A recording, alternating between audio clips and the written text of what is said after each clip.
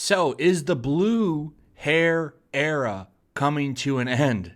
Because we've had a lot of videos lately where we've talked about wins and people saying, I'm not doing this anymore. And now we actually have the VP of Dunkin Donuts stepping in and saying something.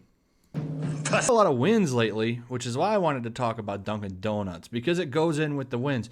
I've done a couple of videos lately where we've had Quentin Tarantino come out and say, I'm not going to answer your garbage question.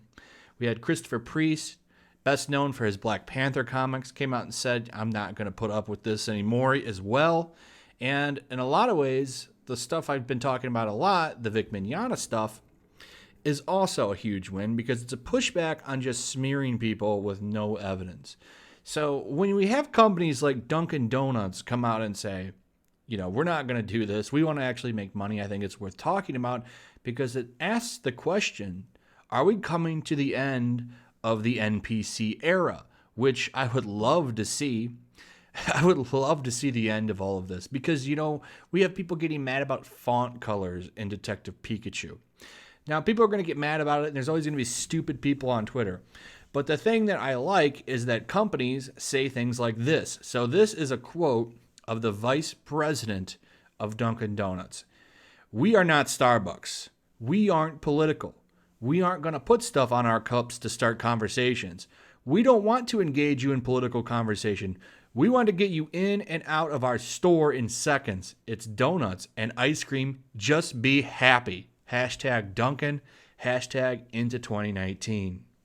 So I was really shocked when I looked her up, and this is the picture I found. Really shocked. So maybe she's changed, or maybe she's actually able to separate business and personal stuff, which I think is fine if you can do that. You're not forcing things onto people. You want to make money.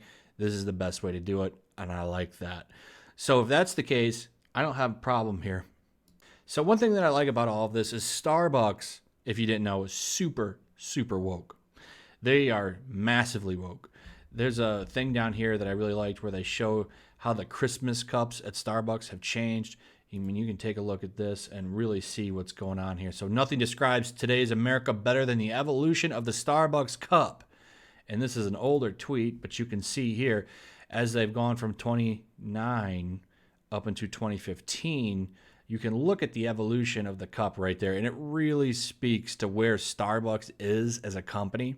And it's so much worse. Starbucks, man, has done some really weird things. And they're going to talk about in this article. But they're like, putting, let's race together on cups, writing it on there. And they're purposely doing it. So they're like, if let's say, you're a white dude and then, some other person from a different group is standing next to you, they might write race together on your two cups so that, maybe you guys will talk about, POC issues. And it's like, man, bitch, I'm just trying to get my coffee and get the heck out of here. I don't want to sit here and talk to some dude about. I'm just trying to get out of here. I'm not trying to talk to this person. But that's just the start of what's going on here. But this has actually impacted them. They've been losing money, which I love, because we all know if you get woke, you go broke, and it always will. And that's why I want to talk about this, because I think it's important to talk about when companies do this, because they're getting attacked. The lady who wrote the message on Twitter, who was just there, is getting attacked. So I think it's important to talk about when this happens, because they actually are taking a risk, because the Socialist mob over on Twitter is going to come after you, and they are going to come after you hard. And a company that doesn't bend the knee, I think, is worth giving some praise to. And this is another win. Another win that's just slamming these people down and making them less and less effective. More companies need to do this to make the Twitter mob go away. So let's go ahead and get into this. Dunkin' Donuts wants to give you your coffee and make you happy and not push any agendas on you like Starbucks does. That's according to the executive from a report set on Monday at an annual meeting of trademark law professors in Boston. So Boston has a lot of universities, if you didn't know that. So they're all there talking about trademarks, and apparently this came up there for some reason. I wish we could get the full story, but So we are not Starbucks. We aren't political. We're not going to put stuff on your cups to start conversations, said the exec Drayton Martin, according to law professor Alexandria J. Roberts. We don't want to engage you in political conversation. We want to get you in and out of our store in seconds. It's donuts and ice cream. Just be happy, added Martin. So we went over that. Just going over it again per article. Roberts clarified that Martin made the remark at the academic lunch for trademark professors in the Boston-based gathering. I also like that this was all a bunch of law professors. So when they're at this meeting, they're like, that makes sense business-wise. Yes, what's the way you're not dividing your clients? And then if this had been at some social scientist meeting, then, oh my God, I can't believe they're not going to do the right side of history. Blah, the right side of history. Because they're so worthless. So according to this, Dunkin Donuts named Martin as the company's vice president of brand stewardship in May of last year. Martin is tasked with leading the development and implementation of Dunkin Donuts brand messaging across channels, including advertising, packaging, and in-store and digital. The outlet reported that she will also oversee the company's internal brand marketing team and external creative agency partners. So she kind of oversees all of the branding. Sounds like she's a market person. And this is an excellent marketing move.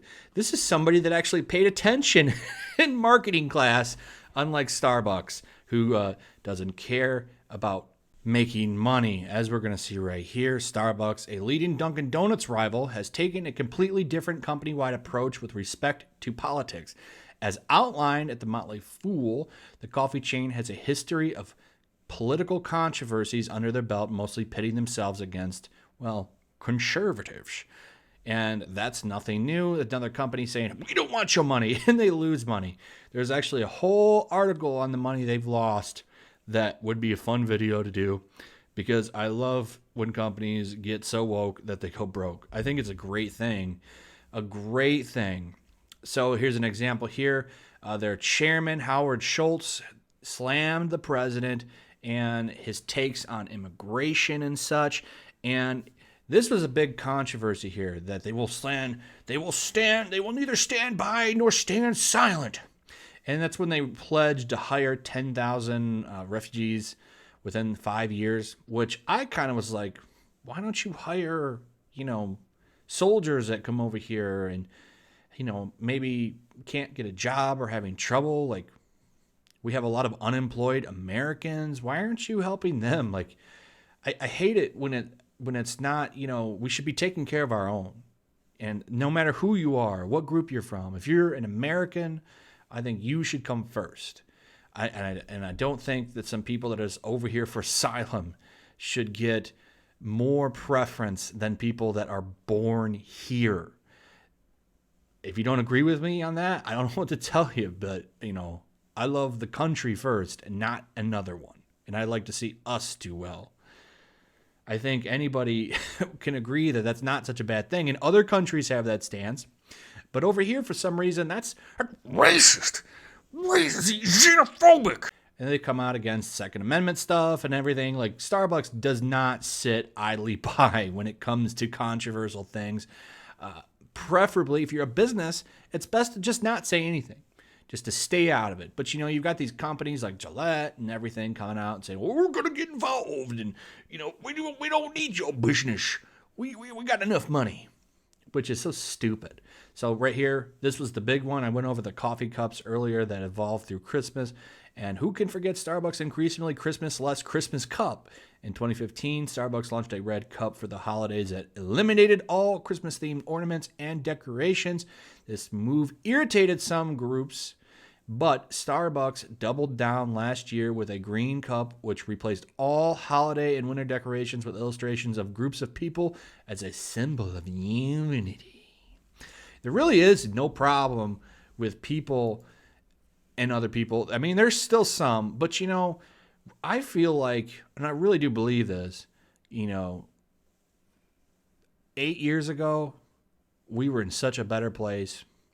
And then you've got all these garbage outlets coming out. And I truly do believe that it's the media, these BuzzFeeds and stuff, Voxes, they've really divided everybody, and they've really pushed it, and you can blame them. They're the ones that need to be blamed for everything going on right now. So when I see companies doing this, I really like that, because it says we want to put our customers first. We want to put profits first, which is a great thing, because that's what a business should do, instead of running around saying, well, if you think this way, we don't want your money. You know, you're starting to see people rise up. Quentin Tarantino, Christopher Priest, companies now, Dunkin Donuts, other ones have kind of come up and said, we're not going to do this crap. And I think it's great, because it takes a lot of power out of the mob. And it's not even a big mob. It's not even a big mob. I've seen cases where it's literally like 10 people complaining about something. Boom, that's enough for Vox to write an article. And they will. And then companies will bend the knee to them. Why? It just makes no sense, because that's not there. Like a little bit of marketing, which I can see that the VP of Dunkin Donuts did, says, hey, maybe this isn't the best approach. Who gives a damn if Vox writes an article, if BuzzFeed writes an article? And that's how it should be, because those outlets aren't going to be there much longer, because no one's listening to them anymore, except for the 10 people on Twitter that get mad and outraged. So anyway, I know it's a little bit far out there compared to most of my stuff, but I think the theme fits, because I think this is important to cover, because it really shows that, hey, normal people, we're winning. Anyway, thanks for watching. Check the links in the description, particularly my Twitch. Go follow me over there if you would. I'd like to do some video game streams, but you know, I'm trying to get the followers up over there, so at least like 10 or 15 people will come in when I'm streaming the games and talk and chill. So go follow me over there. Like, subscribe, make sure that sub button is still hit, because sometimes YouTube likes to take people away even when they don't have a say. Make sure you got that notification bell hit, and I'll see you guys on the next one. Peace.